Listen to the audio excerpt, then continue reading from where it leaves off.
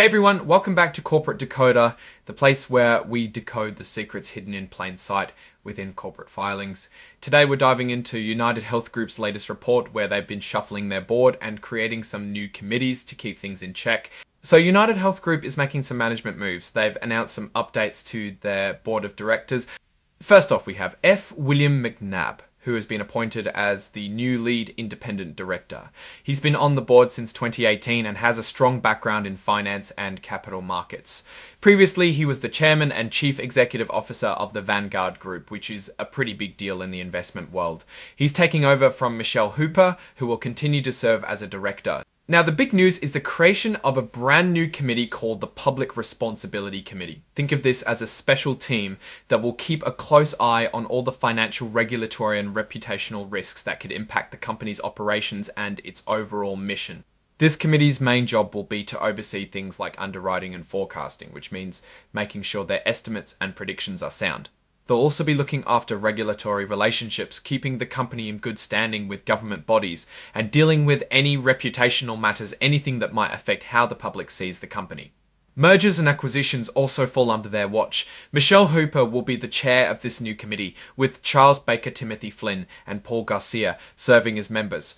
The company says this new committee is all about strengthening their commitment to a mission-driven culture of responsibility, integrity, and performance. It's essentially adding another layer of governance to make sure everything is running smoothly and ethically. This means enhanced oversight of pricing, making sure their prices are fair. They'll also be monitoring operational risks, the day-to-day challenges the company faces, and of course those regulatory and reputational risks we talked about. They'll be working with other board committees too to make sure all the bases are covered, especially in areas where responsibilities overlap.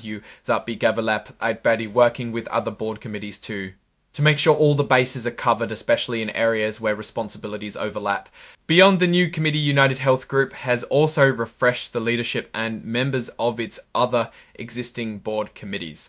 The Audit and Finance Committee will now be chaired by Timothy Flynn, with Charles Baker and Kristen Dill as members. The Compensation and Human Resources Committee will be led by Paul Garcia and will include Valerie Montgomery Rice, Timothy Flynn, and F. William McNabb as members.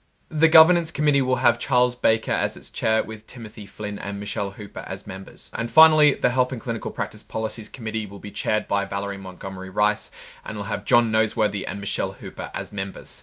These changes to leadership and membership on these committees are pretty standard for large companies, as they bring in fresh perspectives and ensure the right expertise is in place for each area. The report itself is dated August 2025.